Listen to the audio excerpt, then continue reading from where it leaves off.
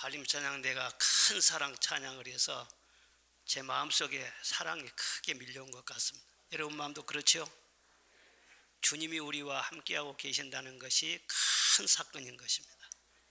세상 걱정 다 내려놓고 세상보다 크신 하나님을 깊이 만나시기를 주의 이름으로 축복합니다. 처음 사랑, 무슨 사랑이라고요? 하나님은 사람을 창조하실 때 사랑받고 사랑하는 그런 존재로 창조하셨어요. 사람은 누구나 사랑받고 사랑할 때 아름다워지고 행복한 삶을 살 수 있고 또 후회 없는 삶을 살 수 있는 것입니다. 가정에서 가장 귀한 것이 무엇이겠어요? 그것은 사랑이죠. 사랑하는 자와 만나서 사랑의 품 안에서 자녀들이 자라나고 부모님을 섬기고 부부간에 서로 사랑하며 살아가는 것, 그것이 바로 가정인 것입니다. 사랑은 가정의 전부라고 할 수가 있어요. 가정에 사랑이 있으면 다 있는 것이고 온 세상 것 다 있어도 사랑 없으면 아무것도 없는 거나 똑같은 거예요. 그런데 성경은 사랑을 크게 두 가지로 보았습니다. 하나는 하나님의 사랑, 하나님께서 처음 시작하시고 하나님께서 늘 우리에게 내려주시는 그 사랑, 또 하나는 인간에 의해서 이루어지는 인간적인 사랑, 이 두 가지로 보셨습니다. 하나님의 사랑은 위로부터 내리는 거룩하고 영원한 사랑이고, 인간적인 사랑은 사람 사이에서 세상 살아가면서 만들어내는 육적인 그런 사랑을 말하는 것입니다. 그래서 하나님의 사랑을 아가페 사랑이라 그렇게 말하고 이 세상 사랑을 여러 가지로 표현합니다. 필레오, 스톨게, 에로스, 여러 가지가 있지만 대표적으로는 에로스 사랑이다 그렇게 말하는 것입니다. 원래 사랑은 하나였어요. 하나님은 사랑이시기 때문에 다 아가페 사랑이었어요. 그런데 하나님으로부터 지음받은 이후에 하나님께서 창조하신 그 인간이 범죄하고 타락함으로 말미암아 사랑이 점점 변질되는 것입니다. 예를 들자면 수온지에 물은 깨끗한데 그 물이 점점 흘러내리면서 강하류는 오염이 되는 것처럼 원래 하나님의 사랑은 순수하고 거룩하고 힘이 넘치고 생명과 기쁨이 풍성한 그런 사랑인데 죄짓고 타락하면서 육적인 사랑, 이기적인 그런 사랑, 정욕적인 사랑으로 점점 변질이 된 거예요. 그래서 세상에 사랑이 많지만 아픔도 많아요. 영화나 드라마나 노래나 어디든지 사랑이 넘쳐납니다. 그런데 사랑 때문에 괴로워하고 사랑 때문에 미워하고 사랑 때문에 후회하고 슬픔과 탄식이 많아요. 왜 그러느냐? 그 사랑의 에로스 사랑이기 때문인 거예요. 오늘 본문에 보면 하나님이 남자와 여자를 창조하신 그런 내용이 나옵니다. 여호와 하나님이 아담에게서 취하신 그 갈빗대로 여자를 만드시고 그를 아담에게로 이끌어 오셨다 그렇게 말씀하셨어요. 두 사람을 에덴손에 딱 세워놓고 이제 인류 최초로 결혼 주례를 하신 겁니다. 그런데 주례사를 하시는데 한마디로 요약하자면 너희들을 사랑하고 잘 살아라 그렇게 말씀한 거예요. 그런데 그 사랑의 내용을 보면은 에로스 사랑이 아니에요. 완전 이건 아가페 사랑이에요.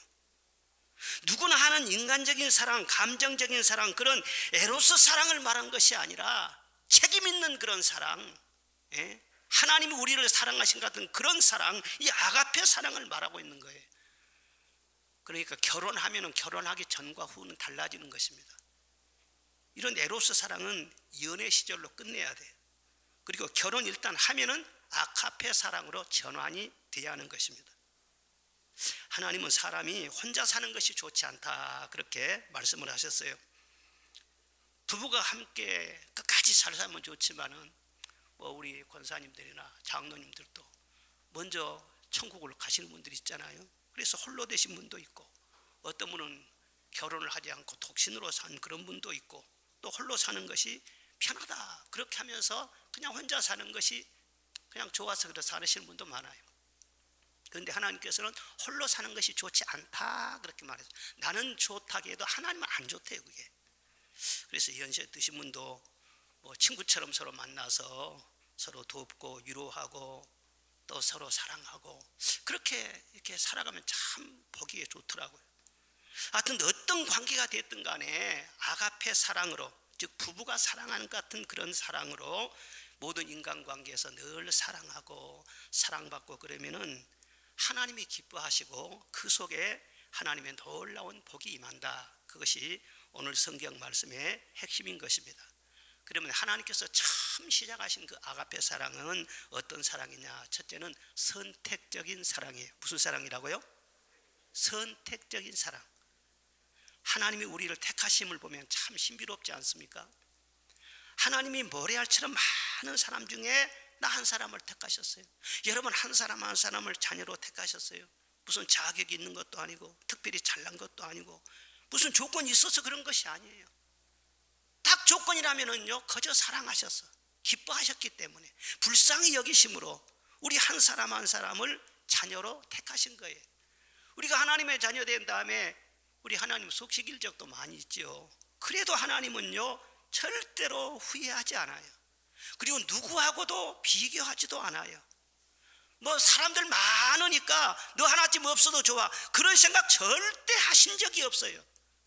오직 이 세상에 많고 많은 사람들이 있지만은 오직 나 하나밖에 없는 것처럼 나를 귀하게 여기시고 나는 너밖에 없다. 너는 나의 전부다. 내가 너를 택하였으니 내가 너를 끝까지 책임질 것이다. 그렇게 말씀하시는 거예요. 한 번도 우리를 택하시고 후회해 보신 적이 없으세요. 과연 너를 버리지 아니하고 과연 너를 떠나지 아니하리라. 영원토록 함께하리라고 말씀하셨어요. 얼마나 놀라운 사랑입니까? 부부간의 사랑도 그와 같다는 거예요. 오늘 22절에 보니까 여자를 아담에게로 이끌어 오셨다 그랬어요. 그러니까 결혼은 하나님이 이끌어 와서 짝지어 주심으로 시작이 되는 거예요. 그럼 하나님이 이끌어 왔더라도 선택은 누가 하느냐? 내가 하는 것입니다. 하나님이 짝지어 주시고 선택을 내가 해서 이제 결혼이 이루어지는 거예요. 그래서 둘이 참 잘 만났다. 처음에 시작하고 제 눈의 안경이라고 서로 사랑하고 만족하면서 그렇게 살아가는 거예요. 그런데 살아가다 보면은요 이게 짝이 좀 안 맞네, 잘못 맞춘 것 아니야, 그런 생각이 들 때가 있어요. 근데 원래 부부간의 이 생활이라는 것은 다 경험해 보시지만 성격이나 체질이나 성향 자체가요 안 맞게 되어 있어요. 아니 남자와 여자가 어떻게 똑같겠어요? 안 맞지요. 그리고 똑같으면은요 못 살아요. 여러분 자물쇠하고 열쇠하고 똑같으면은요 그건 무용지물인 거예요. 서로 전적으로 다릅니다. 그런데 열쇠를 딱 넣어가지고 쓱 돌리다 보면은 자물통이 열어지지 않아요? 이와 같이 부부간에서 서로 안 맞아요. 그런데 서로 이해하려고 하고 서로 맞춰가려고 하고 그러다 보면은요 스르르 행복의 문이 열리게 된다는 것이에요. 그러니까 짝이 안 맞다고 고민하지 말고 아이고 이게 잘못 만났지 않느냐 후회하지 말고 서로 맞춰가며 살아라, 그렇게 말씀하시는 것입니다. 세상에 보면은 특별한 사람이 없어요. 혹시 내 이상형이 어디 있을까 그런 생각하지만 그것은요 헛된 생각이에요. 아직까지 소녀적 꿈을 버리지 못하고 어떤 백마탄 왕자가 나를 기다리고 있지는 않는가. 우리 권사님들 중에서 혹시 그런 분 있을지 몰라요. 뭐 이제라도 내가 신데렐라가 한번 되어볼까 그런 생각을 할 수가 있어요. 그런데 그것은 아주 헛된 생각, 그런 생각하다가요 탈인한 사람들이 많은 거예요. 조심해야 돼요. 1936년에 영국에서 세계적인 로맨스가 있었습니다. 당시 영국의 왕이 에드워드 8세였어요. 그런데 이 국왕이 왕 된 지 1년밖에 안 됐는데 말이죠, 왕 자리를 포기하고 이혼 여인 심슨 부인하고 결혼을 하겠다는 거예요. 영국 법에는 왕은 이혼한 여성과는 결혼하면 안 되는 그런 법이 있었어요. 그러니까 뭐 왕이 버리더라도 나는 심슨하고 꼭 결혼을 해야 되겠다는 거예요. 아니 보통 나라도 아니에요. 그때 당시 영국은요 세계 최강대국이었습니다. 대영 제국을 지배하는 결혼도 안 한 총각 왕이 말이죠, 아니 결혼할 사람 없어가지고 이혼녀하고, 그것도 영국 사람도 아니에요, 미국 사람이었어요. 온 나라가 다 반대하는 거예요. 그런데도 심슨은 나의 이상형이라는 거예요. 만약 심슨하고 결혼 못하면 나는 자살하겠다는 거예요. 왕이 세상 그러니 누가 말립니까? 그리고 결국은 왕위를 자기 동생에게 물려주고 저 프랑스 조용한 시골에 들어가가지고 거기에서 조촐한 결혼식을 올리고 두 사람이 평생같이 함께 살았다는 것입니다. 그래서 온 세계가 감동했어요. 이야, 사랑의 힘이 위대하다. 그러면은 두 사람이 결혼 생활을 행복하게 잘 해야 되지 않겠어요? 그런데 후문을 들어보면은요, 굉장히 힘들었대요. 행복하지를 못했대요. 특별히 부인께서. 왜? 왕의 수업을 받고 딱 철제된 왕 같은 사람하고 거기 평민이 붙여 살려고 하니요, 얼마나 힘들었겠어요. 매사에 자기중심적이고 집착하는 그런 에로스 사랑, 그런 에로스 사랑에 불타는 그런 사람하고 같이 사니 말이죠, 항상 말이죠, 요구를 충족시켜 줘야 되고. 그러니까 아무리 뜨거운 사랑이라도 에로스는요, 유통기간이 3년이면 끝난다는 거예요. 고실증내고 실망하게 되어 있어요. 이것이 바로 타락한 인간의 속성이라는 거예요. 어디 참 멋진 사람이 있지 않을까, 그런 환상은 버린 것이 좋다는 거예요. 누구나 프로포즈 할 때는요, 야, 우리가 서로 변치 말고 사랑합시다, 굳게 약속을 하고 환상을 품고 그러고 결혼을 하지만 살다 보면은 실망도 하고 권태도 나고 후회도 하고 별일이 다 있지 않습니까? 그러니까 참 사랑이라는 것은 결심으로 되는 것도 아니고 노력을 열심히 해서 되는 것도 아닌 것입니다. 에로스 사랑이 아닌 차원 높은 모든 사람을 살리는 사랑, 모든 사람을 아름답게 하는 사랑, 하나님께는 영광이 되고 상대방에게도 유익이 되고 내게도 복이 되는 그런 참 사랑, 아가페적인 이런 사랑은 내 힘으로는 할 수가 없어요. 이건 하나님께 속한 사랑인데 은혜 받아야만 가능한 거예요. 예수님을 믿으면 성령이 내 안에 오게 되시는 줄로 믿습니다. 그리고 늘 예배드리고 늘 기도하고 늘 말씀 안에 끄여 보십시오. 그러면 내 안에 성령으로 충만하게 되는 것입니다. 성령 충만하면 기본적으로 주시는 은사가 있어요. 그 은사가 무엇이냐? 사랑의 은사인 거예요. 성령 충만하면 위로 하나님을 뜨겁게 사랑하게 되는 것입니다. 그리고 횡적으로는요, 이웃을 사랑하게 되는 것입니다. 내 아내가 이웃 중에서 제일 가까운 사람이기 때문에 제일 가까운 내 아내를 사랑할 수밖에 없는 거예요. 성령으로 하지 아니하면은 절대로 진정한 사랑을 할 수가 없게 돼요. 하나님께서 우리를 선택하신 것처럼 내가 내 아내를 선택했습니다, 내 남편을 선택했습니다. 하나님이 맞춰주신 거예요. 다른 생각하면 안 되는 거예요. 어떻게 사랑해야 되겠습니까? 성령으로 사랑하시기를 바랍니다. 은혜 받아 사랑하시기를 바랍니다. 그래서 교회 생활 잘하고 은혜 충만하면 제일로 덕을 많이 보는 사람이요, 여러분의 배우자인 것입니다. 둘째로는 아가페 사랑은 희생적인 사랑이에요. 무슨 사랑이에요? 희생적인 사랑. 하나님이 우리를 사랑하셔서 독생자를 주시고 피 흘려 대속의 죽음을 당하셨지 않습니까? 우리의 모든 죄를 다 담당해 주셨어요. 저주와 사망을 다 대신 짊어져 주셨어요. 그 놀라운 사랑을 보여주신 것처럼 아담이 아내를 얻기 위해서 어떻게 했습니까? 자기 살을 째고 갈빗대를 내어주었잖아요. 거기서부터 부부관계가 시작이 되었잖아요. 그러니까 남편의 희생적인 사랑으로 말미암아 가정이 시작된 것입니다. 그래서 내 몸에서 나왔기 때문에요, 아내는 나의 분신이요, 내 한 몸이요. 그래서 내 몸처럼 아끼고 사랑하라, 그렇게 말씀하세요. 자기가 자기 몸을 얼마나 아낍니까?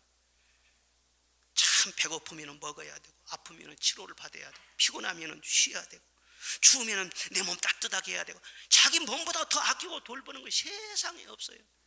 이와 같이 남편은 아내를 지극히 이렇게 사랑해라. 이것이 바로 창조자의 원리라는 것입니다. 그리고 아내는 돕는 배필이라 말씀을 하셨어요.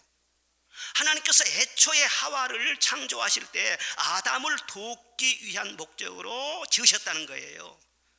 그러니까 남편 돕는 것을 보람으로 느끼고 즐거워하고 늘 만족하고 그렇게 살아가는 아내가 있다면 그 사람은 가장 복이 있는 아내인 것입니다.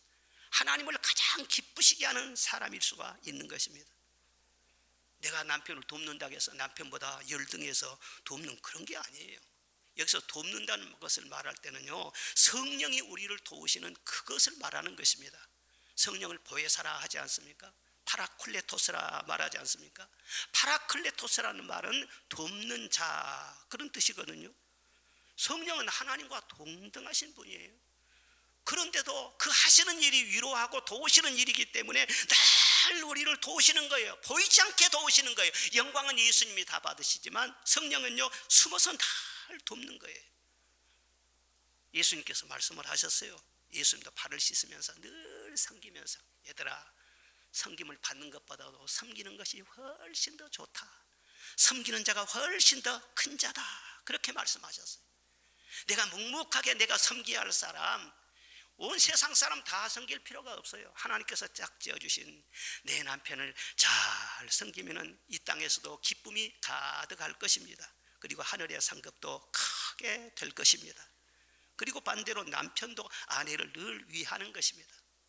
아내를 위해서 수고하고 아내를 위해서 내가 돈을 벌고 아내를 위해서 산다, 그런 마음을 가질 때 남편도 늘 든든하고 행복해지는 것입니다. 돈 벌어서 혼자 쓰는 것은 복이 아니에요. 아무리 돈을 많이 벌어도 줄 사람이 없으면은요, 돈 벌어도 아무 재미가 없는 거예요. 그런데 내가 돈을 버는데 집에 줄 아내가 있다, 그것이 나에게 큰 기쁨이고 위안이 되는 거예요. 받는 것보다도 주면서 행복을 느끼는 것이 우리 인간이에요. 하나님께서 그렇게 우리 인간을 창조를 하신 거예요.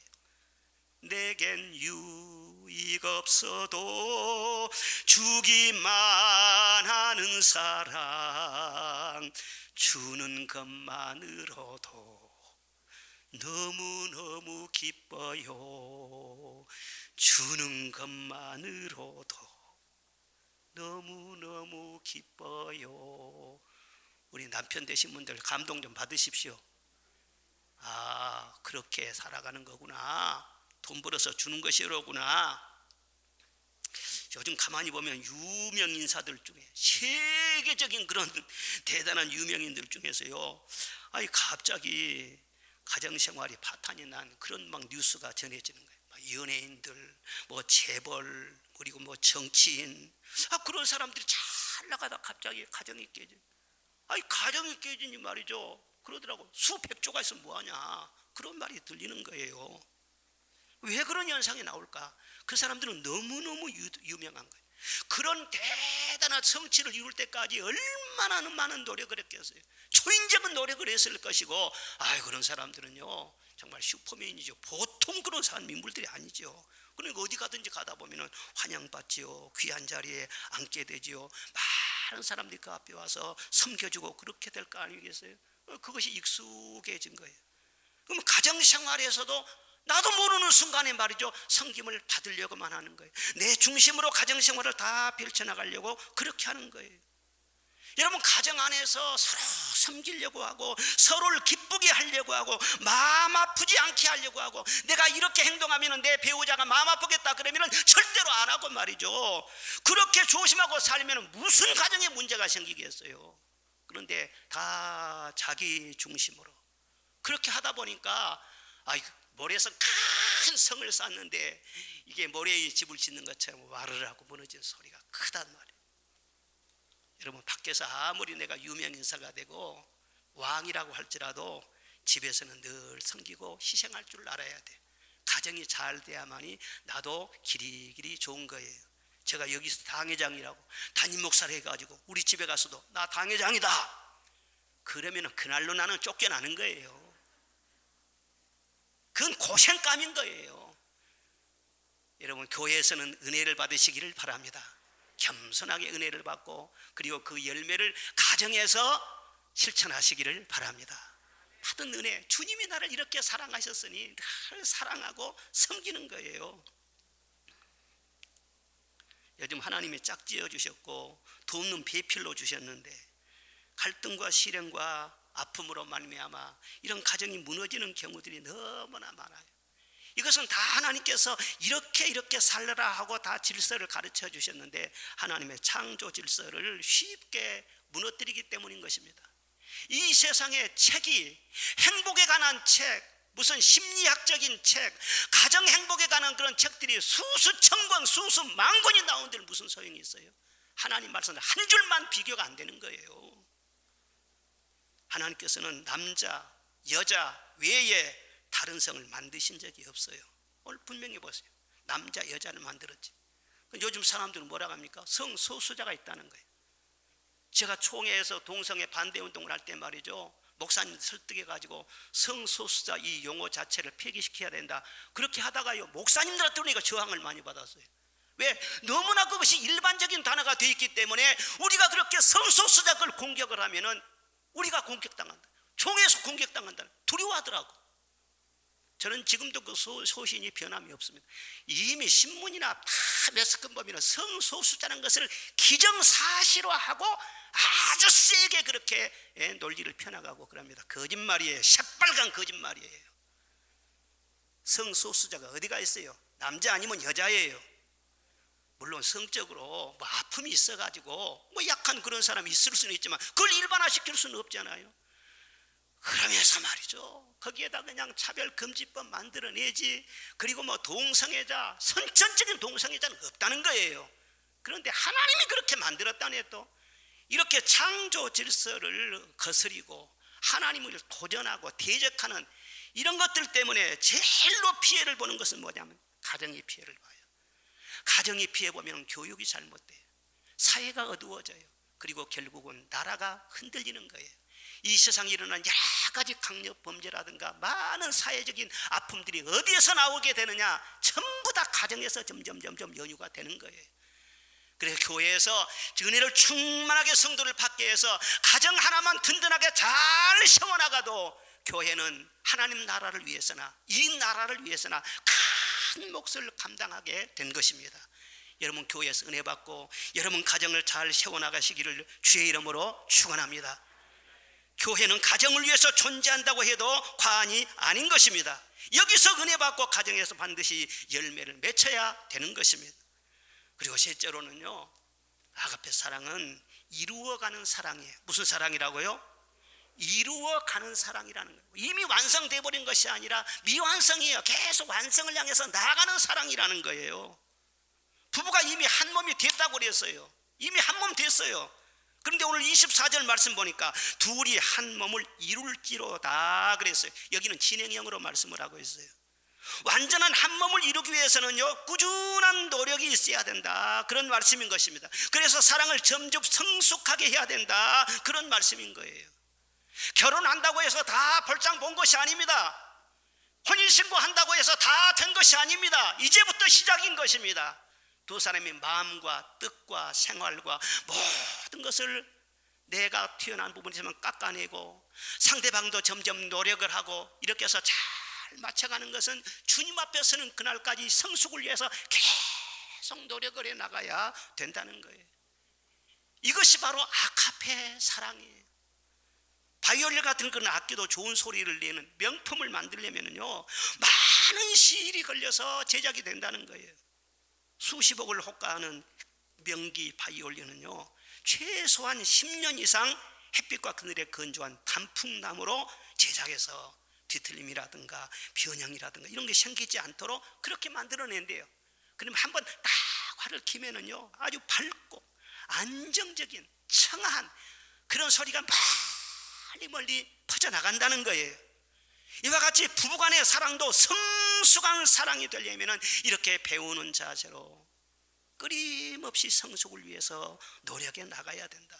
하나님도 그렇잖아요. 하나님도 우리가 만나서요, 내가 언제나 하나님의 성전이 되게 하기 위해서 하나님이 가만히 계십니까? 성령이 우리 안에 계셔서 늘 다가오십니다. 감동하십니다. 위로하시고 도우시고 칭찬해 주시고 격려해 주시고 가르쳐 주시고 때로는 잔잔하게 감동하시고 때로는 강력하게 역사하시고 늘 우리를 성령께서 이끄시는 거예요. 그러면서 내가 점점 완전한 성전으로 만들어져 가게 되는 것입니다.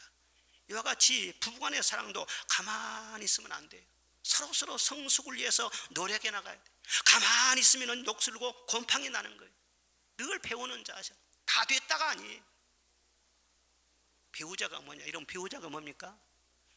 배우자 그러지 말고 배우자 그렇게 해보세요. 배우자. 가르치자가 아니고 배우자. 그래 늘 배우면서 말이 발전해 나가는 것이 배우자라는 거예요. 사랑은 뭐냐? 사랑은 낭만이 아닙니다. 감정 속에서 약간 여기 뜨겁다가 꺼져버리는 그런 물거품이 아닙니다. 생명입니다. 꿈틀거립니다. 약동하는 것이 사랑인 것입니다. 그래서 고린도서 13장의 말씀 보면은 사랑은 오래 참고 그랬습니다. 성령의 능력이 아니면 참아낼 수가 없어요. 참고 기다리고 그런 마음을 품어야 돼. 많이 참고 기다릴수록 훌륭한 가정을 세워나갈 수 있는 것입니다. 또한 사랑은 모든 것을 믿으며 말씀했어요. 좀 눈치가 이상해도 말이 좀 곱지를 않아도 좀 마음에 안 맞아도 내 아내를 그냥 믿어주는 거예요. 누가 어떤 사람이 무슨 소문을 내고 그러더라도 아니야, 우리 남편은 그럴 사람이 아니야. 나는 남편을 믿어. 내가 남편을 잘 알아. 설령 속을지라도 믿어주는 거예요. 우리 예수님이 우리를 위해서 얼마나 속아준 줄 아십니까? 다 속을 알아도요, 한 번만요 그러면은요 전혀 다른 생각하지 않고 그대로 다 믿어주십니다. 이거 진정한 사랑이라는 거예요. 사랑은 무례히 행치 아니하며 그랬어요. 부부간에도요 기본적인 A가 있어야 된다는 거예요. 가깝다고 해서 허물없다고 해서 함부로 하는 것이 아니라는 거예요. 늘 가까운 부부끼리 서로 감사를 표현하고 늘 고맙다고 그렇게 표현해주고 그렇게 살아야죠. 한 가정이 제대로 세워지려면 많은 수고와 희생의 밑거름이 필요하지 않습니까? 그런 수고를요 서로 알아주고 고마운 마음을 늘 표현해 주는 것이죠. 가사 일을 하는 거 쉽습니까? 저도 가만히 옆에서 제 집사를 하는 거 지켜보면은요 끝도 갓도 없는 것이 가사 일이에요. 팽팽팽팽팽팽 돌면서 말이요 무슨 일이 끝이 없어요. 얼마나 수고가 많겠냐 그런 생각이 들어요. 한 끼 밥을 해내는 것도 먹는 것은 쉽지만은요 그거 다 장봐서 준비해가지고요 대접한다는 게 얼마나 힘든지 몰라요. 평생 동안 그 일을 한다니 말이죠. 얼마나 참 귀한 분들 아닙니까? 그런가 하면 남자가 밖에서 일하는 것도 그렇게 쉬운 것은 아니에요. 돈 벌어서 말이죠 가족들 부양하는 것도 절대 쉬운 것이 아니에요. 그래서 내 입장만 말할 것이 아니라 서로 상대방을 이해하고 수고한다고 고맙다고 그렇게 다 이렇게 표현을 하면은요 감사의 표현은 꼭 기계에다 윤활유를 칠하는 것 같습니다. 윤활유 칠하면 잘 돌아가고 마모가 되지 않아요. 그러니까 늘 감사하면은요 우리 몸의 건강도 좋고 마음의 스트레스도 없고 엔돌핀도 솟아나고 감사를 잘 충만하게 하는 그런 부분은요 MRI 가서 한번 찍어보십시오. 깨끗할 겁니다. 감사 충만하면은요 스트레스 받을 것이 하나도 없어. 감사가 멀리 있는 것도 아니잖아요. 어제는 우리 손자가 말이에요 직원바가 밥을 이렇게 먹여주니까는요 먹여주면서 먼저 감사기도 해야지. 그러니까 하나님 감사합니다 그렇게 기도를 하고는요 또 물어봐. 얘들은 질문을 그렇게 많이 하죠. 엄마 감사는 어디서 나지? 어디서 잘하지? 그래서는 얼른 제가 너 말 잘했다. 감사가 어디가 있어요? 내 마음에가 있지. 어디서 나와요? 입술에서 나오지. 돈 주고 산 것도 아니에요. 그런데 그 감사를요 많이 다다익선이에요. 많이 하면 할수록요 건강해졌고 가정 분위기 좋고 하나님 기뻐하시고 그런다는데 왜 이런 감사를 인색하게 하는지 몰라요. 서로 감사하시기 바랍니다. 한번 표현해 보십시오. 감사합니다. 감사합니다. 아무도 혼자 예배를 드린다고 해보세요. 얼마나 덩그러니 말이죠. 쑥스럽겠어요. 함께 예배를 드리니까 서로에 대해서 감사하지 않습니까? 그리고 사랑은 뭐냐? 존경하는 것이란 존경. 등잔빛이 어둡다고 가까이 있는 내 안에 내 남편이 하나님이 보낸 천사라는 것을 잊고 살 때가 많은 것입니다. 가만히 생각해 보면은요 언제나 나보다 훨씬 나은 천사를 내게 붙여주셔요. 그런 것을 생각하면서요 늘 말이죠 존경하고 당신은 나보다 낫다 그런 마음을 가지면은요 그 상대방도 점점 발전하게 되고 내 자신도 그만한 복을 받게 되고 그러지 않겠어요? 스위스의 베스탈로츠라는 분은 잘 아실 겁니다. 교육개혁의 선구자죠. 그런데 그는 어릴 때부터 성격이 좀 이상했다고 그럽니다. 허리는 굽고 얼굴은 못생기고 인상도 나쁘고 학교 성적도 안 좋고 언제나 혼자서 얼굴을 찡그린 채 사색을 많이 했다고 합니다. 얘들하고 잘 어울릴 줄도 모르고 또 원기도 없고 그런 아이였는데 그래도 근근히 공부를 하면서 대학에를 들어갔어요. 그런데 대학 시절에 아주 가까운 친구가 두 사람이 있었는데 한 사람은 학창시절에 일찍 죽어버렸어요. 그런데 한 사람은 남았는데 그 친구를 따라서는요, 그 친구 집에를 한번 갔어요. 그랬는데 자기 어렸을 때 요즘 같으면 슈퍼마켓 늘 다니면서 물건 사러 갔는데 그 점원 아가씨가 자기 친구 누난 거예요. 그 사람 부유한 집의 딸이었어요. 총명하고 예의 바르고 국내에 여행을 많이 해서 견문도 높고 프랑스어도 잘하고 시도 잘 쓰고 노래도 잘 부르고 요리 솜씨도 아주 훌륭하고 못하는 것이 없을 정도로 아주 부족함이 없는 그런 교수였어요. 그런데 쳐다보지 못하려고요, 자기보다 나이가 7살이나 더 많네. 그러니 아예 생각도 못하지요. 그런데 안나라는 그 처녀가 가만히 베스탈로찌를 보니까 뭔가 겉으로는 좀 깨끗한데 그 속에 대단한 사랑과 열정, 고귀한 내면이 숨어 있는 것이 보이는 거예요. 그러면서 애정을 느끼기 시작한 거예요. 그리고 이 사람들이요, 2년 동안에요 늘 편지를 주고받고 하면서 편지로 사귀었어요. 2년 동안에 500통 이상 편지가 오고 갔다고 그럽니다. 그 나중에 그 부모님이 알고요, 얼마나 깜짝 놀라겠어요. 결혼할 사람이 없어가지고 7살이나 낮은 그런 애하고 결혼하면 어떻게 되는 것이냐. 그리고 너는 그 애하고 결혼하면 그 애는 가난병이야. 너는 평생 빵하고 물밖에는 못 먹어.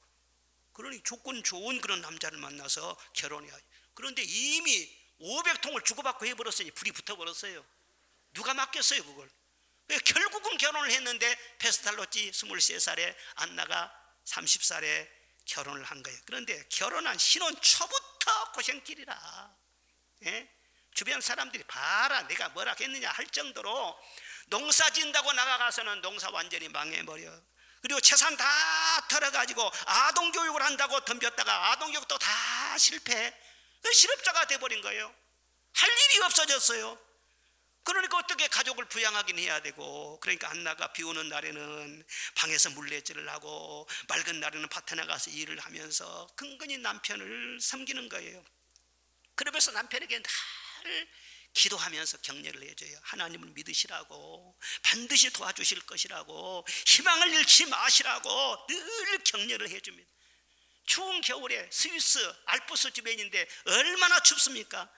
그런데도 불평 한마디 하지 않고 주변의 비웃음도 다 참아내면서 그렇게 남편 곁을 든든하게 지켜갑니다. 그런데 그 남편이 실업자는 실업자인데 글쓰기를 좋아해가지고요, 맨 그렇게 아내가 사랑해 주니까는 기분 좋아가지고는 아내 옆에 있으면서요 막 글을 쓰는 거예요. 글 쓸 종이도 없으니까 한번 사용한 노트의 빈 곳이나 편지 뒷면에다 글을 썼다는 거 아니겠어요? 그렇게 글을 쭉 써가지고 이제 거기서 책을 한 권이 나옵니다. 그런데 책이 나오자마자 날개 돋친 듯이 팔리네. 어디서 이런 책이 떨어졌냐고 베스트셀러가 돼버리네요. 그리고 그 다음에 또 2권이 나옵니다. 3권이 나옵니다. 여러 권의 저서를 발표를 했습니다. 그러면서 온 스위스에 말이죠, 교육개혁 운동이 일어난 거예요. 야, 대단한 인재가 숨어있다. 제가 잠깐 그분의 글을 쭉 보니까는요, 현대 이 교육자들이 교육을 추구하는 모든 현대 교육이요 다 베스탈로찌 그 사상에서 나온 것입니다. 거기에서 벗어날 수가 없어요. 그 베스탈로찌 그러면은요 대단한 교육자를 알고 있는데 사실은 베스탈로찌보다도 더 위대한 인물이 그 부인 안나라는 거예요. 안나의 희생과 내조와 기다림이 없었다면은 베스탈로찌가 나올 수가 없다는 거예요.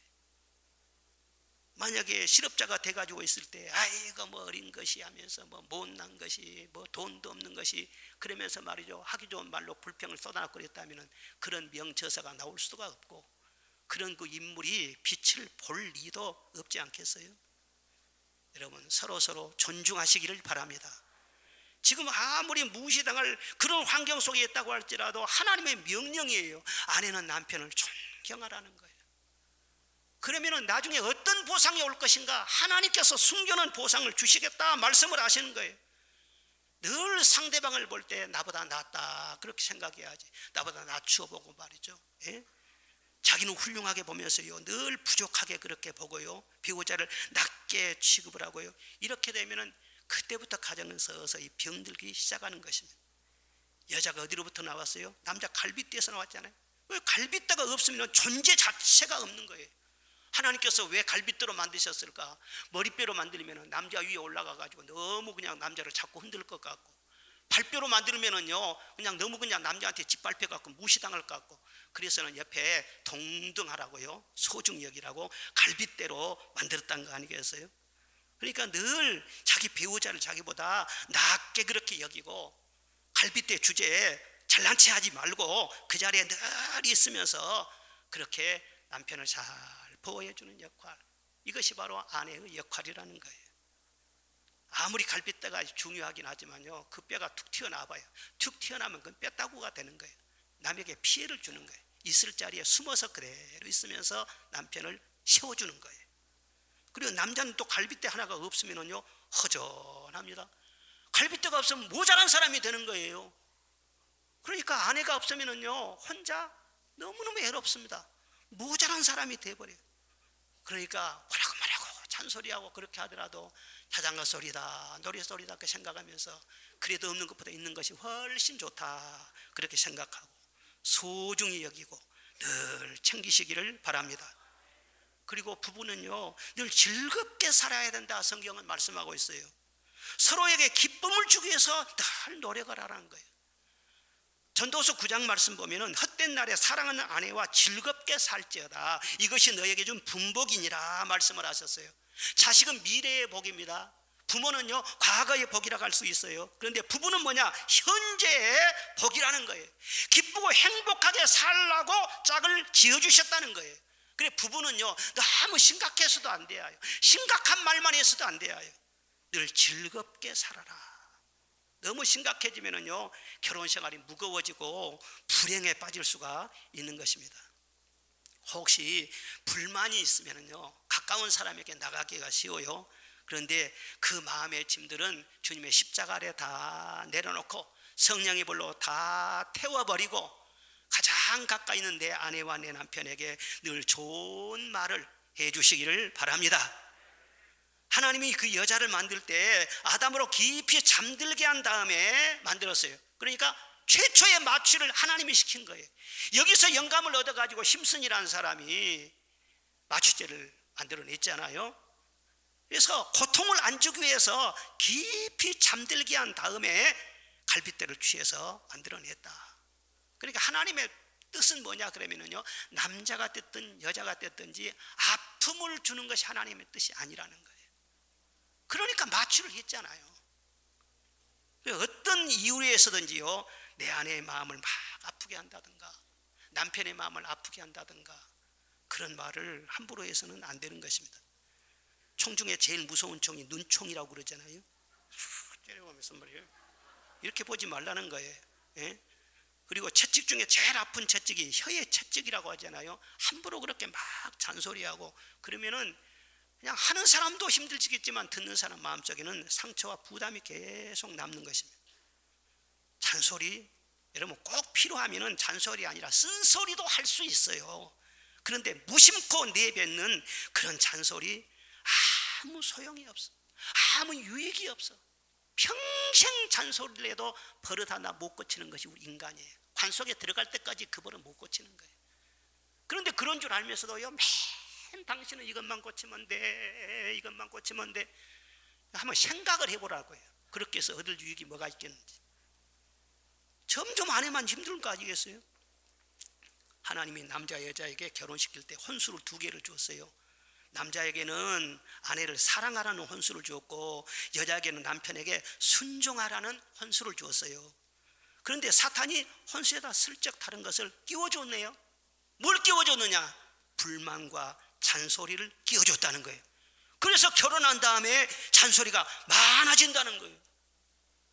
누가 우스갯소리로 한 말이겠지만은 잔소리하면 하는 사람도 듣는 사람도 짜증이 나기는 마찬가지. 잠언에 보면은 12장에 어진 아내는 남편의 멸류관이요 욕을 끼치면은 뼈를 썩는 게 한다 그렇게 말씀해요. 잔소리를 계속 들으면은요 뼈가 썩는데요. 골다공증 걸린다는 거예요.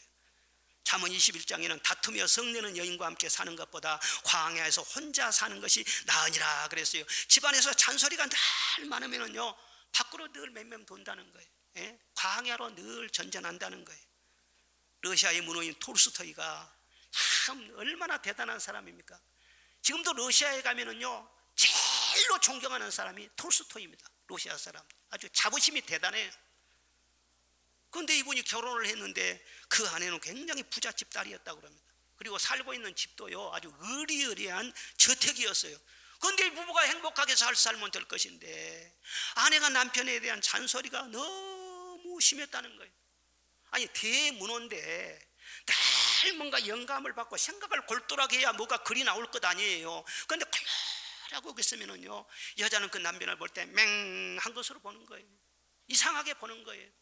자꾸 보채고 자꾸 잔소리를 하니까 괴로워서 견딜 수가 없어. 그래가지고 집을 나가서 밖으로 빔빔 돌다가 그 추운 겨울에 모스크바 변두리 간이 역사에서 얼어서 죽었다고 하지 않습니까? 여러분, 갈빗대가 속에서 푹푹 쑤시면 대문호 아니라 어떤 대왕이라도 못 견디는 거예요. 여러분, 부부간에 서로 살면서 어떻게 하면 고칠고 그렇게 하지 말고 어떻게 하면 도울고 그렇게 하고 사시기를 바랍니다. 따라합시다. 어떻게 고칠고 어떻게 고칠고. 따라하지 말라고 했는데 따라한 거 보세요. 다시 따라하세요. 어떻게 도울고. 똑같은 말이라도요, 첫 번째는 빼야 돼요. 고치려고 하면 관 속에 들어갈 때까지 못 고친다든가, 피차에 부담만스럽고 가정 분위기만 해치게 되고 이제 그만 중단하고 어떻게 하면 도울까. 그러니까 100%가 하나도 없어. 이 사람 50%, 나 50%. 그러니까 둘이 맞춰가지고 100%가 만드는 거예요. 그 부족한 걸 채우라고 했는데요, 잔소리를 계속하면 되겠냐는 거예요. 잔소리 대신 이름을 주라는 거예요. 오늘 아담이 말이죠, 짐승을 딱 이렇게 창조를 하신 다음에 아담에게 너 이름을 주라 그랬어요. 이름을, 너는 호랑이다, 너는 곰이다, 너는 멧돼지다. 아담이 이름을 주는 대로 그대로 이름이 되었다 그랬어요. 이것은요, 우리 인간에게 주신 대단한 왕적인 권세를 말하는 것입니다. 우리가 어떤 말을 하느냐에 따라서 그 말대로 창조적인 역사가 이루어진다는 거예요. 화와 복이 입에서 나온다는 거예요. 죽고 사는 권세가 입에가 있다는 거예요. 그러니까 집에서도 잔소리하게 되면 가정이 어지러워져요. 분위기가 안 좋아져요. 그런데 집안에서요, 좋은 말로 이름을 주는 거예요. 당신은 나의 천사야, 당신은 나의 보배야, 나는 정말 당신 만나기를 최고 잘한 것 같아. 이렇게 서로 이름을 잘 지어주면요, 이름대로 자꾸 창조적인 역사가 이루어진다. 다윗의 아내 미가는요, 남편은 은혜가 충만해가지고 막 찬송하면서 막 춤을 추면서 너무 그러다가 바지가 흘러내린지도 모르고 말이에요, 막 찬송을 부르는 거예요. 그러니까는 아내가 보고 고약하게 잔소리를 했어요. 그런데 하나님께서 미갈의 편을 들어주지 않고 다윗의 편을 들어주었습니다. 그 이후로요, 미갈은요, 태문이 막혀버렸어요. 또 나발이라는 사람은요, 아내 앞에서 말이죠, 함부로 막 막말을 했어요. 그러다가 하나님께서 너는 아무리 많은 재산을 주고 아무리 용모가 아름다운 아내를 주어도 너는 받을 자격이 없다. 그 말 한마디 때문에 복을 다 쏟아버렸어. 그래서 바로 자기 생명도 잃었고, 그 총명하고 용모 아름다운 그 아내 아비가일은 다윗의 왕비로 넘어갔습니다. 아무리 좋은 사람을 붙여주어도 입이 잘못되면은요, 그것 잃을 수가 있다는 거예요. 서로를 기쁘게 하기 위해서, 서로의 행복을 위해서, 온전한 연합을 위해서 늘 노력하며 선한 말을 하며 성숙해가는 부부가 되시기를 주의 이름으로 축원합니다. 한 가지 더 말씀드릴게요. 아가페 사랑은 어떤 사랑이냐 그러면요, 꿈을 품는 사랑이에요. 무슨 품네요? 꿈을 품는 사랑이에요. 사랑은 영원하다고 했지 않습니까? 방언도 거치고 애언도 패하고 믿음은 이루어지면 끝나고 소망은 성취되면 다 끝나요. 그러나 사랑은 영원하다. 왜? 사랑은 하나님의 속성이기 때문에 하나님이 영원하신 것처럼 아가페 사랑도 영원하다는 거예요. 아가페 사랑은 사랑하고 끝나는 것이 아니라 그 사랑이 영원히 남는다는 거예요. 그리고 그 사랑 안에서 새로운 역사를 계속해서 이루어 간다는 거예요. 그래서 사랑하되 꿈을 품고 사랑하라, 그렇게 말씀을 합니다. 그래서 창세기 1장 27절에 보면 하나님이 하나님의 형상대로 사람을 창조하시되 남자와 여자를 창조하시고 그들에게 복을 주시며 이르시되 땅에 충만하라, 땅을 충만하라, 충만의 복을 약속을 하셨어요. 첫째는요, 충만하리라는 꿈을 품어야 돼요. 그런데 한 사람에게 이런 약속을 준 것이 아니라 부부에게 두 사람을 세워놓고 충만하라, 그렇게 약속의 말씀을 주신 것입니다. 부부가 서로 만나서 하나가 되면 축복의 그릇이 준비된 거예요. 그래서 그 축복의 그릇 안에 충만한 복을 담아 두리라. 두 사람이 하나 되면은요, 시너지 효과가 엄청나다는 거예요. 아무것도 없이 맨몸으로 딱 만나도요, 일단 축복의 그릇이 딱 준비되기 때문에 그때부터 하나님이 쏟아붓기 시작하네요. 여러분, 그건 무시 못합니다. 요즘 청년들 보면은요, 결혼하기를 굉장히 주저해요. 왜 결혼 안 하냐 그러면 준비가 안 됐다는 거예요. 물론 사정은 이해는 하지만은 그건 하나님 말씀에도 귀를 기울이지 않겠어요? 가정을 만들기만 하면 그건 축복의 그릇이 준비가 된 것이다. 그 다음에 하나님 복을 담아주신다고 했잖아요. 그릇을 준비하려면 결혼을 해야 되는데 왜 그럴까? 저는 결혼을 할 때 말이죠, 좀 너무 하기는 너무했어요. 아무 준비가 없이 결혼했어요. 아무 준비가 없이. 뭐 신학교는 가야 되고 또 전도사도 해야 되고 결혼을 안 할 수가 없고. 그리고 결혼을 하자고 하니까 또 아가씨가 또 결혼을 하자고 또 하대. 그래서 결혼을 했는데 먹을 것이 있어. 그 다음에 무슨 뭐 집안 뭐 살림살이 할 돈이 있어. 아무것도 없으니까 고생을 많이 시켰죠. 그런데 초창기에 고생시킬 일은 아니에요. 처음에 고생시키면은요, 그것이 후유증이 많아요. 그러니까 고생을 안 한 것이 좋아요. 그런데 제가 그 선택은 잘했어요. 일단 결혼해서 복덩어리를 딱 갖다 놓으니까는요, 복이 계속해서 들어오기 시작하는 거예요. 근데 결혼 안 했으면 그 다음에 제가 다른 복들을 받을 수가 없는 것이죠. 여러분요, 남편이 됐든지 아내가 됐든지요, 복덩어리입니다. 한 사람 귀찮다고 차보십시오. 그러면 그 사람만 나가는 것이 아니라 어마어마한 복을 같이 갖고 나가버려요. 나중에는요, 빈털터리밖에 안 남다는 거예요. 하여튼 하나님 잘 섬기고 부부간에 서로 화목하면은요, 충만하게 된다. 약속했으니까 이런 꿈을 품으라는 거예요. 그리고 생육하고 번성하는 꿈도 품어야 돼. 복을 주시며 가라사대 첫 번째가 생육하고 번성하거라. 이건 자녀를 생산하고 후손을 이어가라, 그런 뜻이지 않겠어요? 자녀를 낳아서 기르는 것이 하나님이 주신 가장 중요한 사명이고 특권이라는 거예요. 여러분, 부부가 자녀의 꿈이 없으면 무슨 꿈이 있겠어요? 출산은 여성에게 준 특권이고 사명인데 왜 그걸 자꾸 예면해요? 그건 복을 차는 것이지 않겠어요? 물론 사정이 또 안 돼 가지고 하나님께서 또 아직 안 주실 수가 있어요. 그런 가정들은 다 하나님께서 생명을 선물로 주시는 복이 임하기를 바랍니다. 자녀를 다 받으시기를 바랍니다. 그러면 도저히 안 된다 할지라도 입양을 하든지 아니면은 전도해서 하나님 백성으로 만들든지, 하여튼 생명을 품어야 돼요. 생명을 품어. 그런 꿈을 가져야 돼. 우리만 달랑 행복하게 살고 끝난다 그래서는 안 된다는 거예요. 그리고 승리하고 정복하는 꿈도 꾸어야 돼요. 예? 땅을 정복하라, 땅을 다스리라, 그렇게 말씀했지 않습니까? 두 사람이 하나 되면 어떤 어려움도 능히 이기고 큰 일을 할 수 있도록 하나님께서 만들어 주신다는 거예요. 가와 만사성이라는 거예요.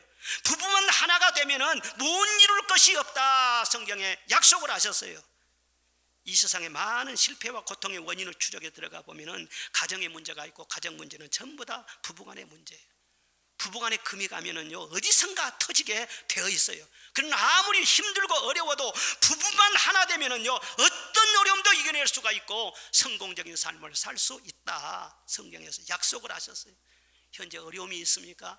부부간에 결속하시기를 바랍니다. 함께 격려하면서 기도하시기를 바랍니다. 어떤 어려움이든지 하나님께서 이기게 하실 줄로 믿습니다. 그리고 먼 훗날에 주님 앞에 함께 설 꿈도 꿔야 되는 것입니다. 언젠가 주님이 재림하실 때 공중 혼인잔치 자리에서 부부가 나란히 주님을 맞이할 그런 꿈을 꾸라는 거예요. 그래서 서로의 영혼이 잘 되기를 위해서 기도해 주라는 거예요. 부부는 꿈을 꾸면서 하나님 나라의 동역자로 그렇게 살다가 하나님께서 영혼을 부르시면은 영원히 새하늘과 새 땅에 올라가서 새 노래를 부르면서 주와 함께 사는, 영원히 저 높은 곳을 향해서 함께 갈 동행자요, 반려자요, 나의 아내, 배우자인 것입니다. 요즘 사람들이 너무나 외롭다고 해가지고는요, 아유 그냥 사람들한테 실망하고 그래가지고 개를 많이 키워요. 고양이도 많이 키워. 그래서 반려견 그런데 반려견 갖고는 안 돼. 반려자가 좋아요. 반려견보다는 반려자가 훨씬 좋은 거예요. 여러분 성령으로 충만해서 누구하고 만남을 갖든지 간에 아가페 사랑으로 서로를 복되게 하시기를 바랍니다. 에로스 사랑은 육체적인 사랑, 정욕적인 사랑, 그건 불타는 사랑이에요. 에로스 사랑은 막 불탄데 불탄 다음에는 죄밖에 남는 것이 없어요. 이 세상도 정욕도 다 지나가되 오직 하나님의 뜻을 행하는 자는 영원히 거하느니라 말씀이었어요. 하나님의 뜻은 아가페 사랑을 말해요. 아가페 사랑을 하는 자가 영원히 이어진다는 거예요. 이런 사랑으로 여러분 다 사랑도 거듭나야 되고, 여러분들 이런 사랑 안에서 더 복되고 잘 되시기를 주의 이름으로 축복합니다.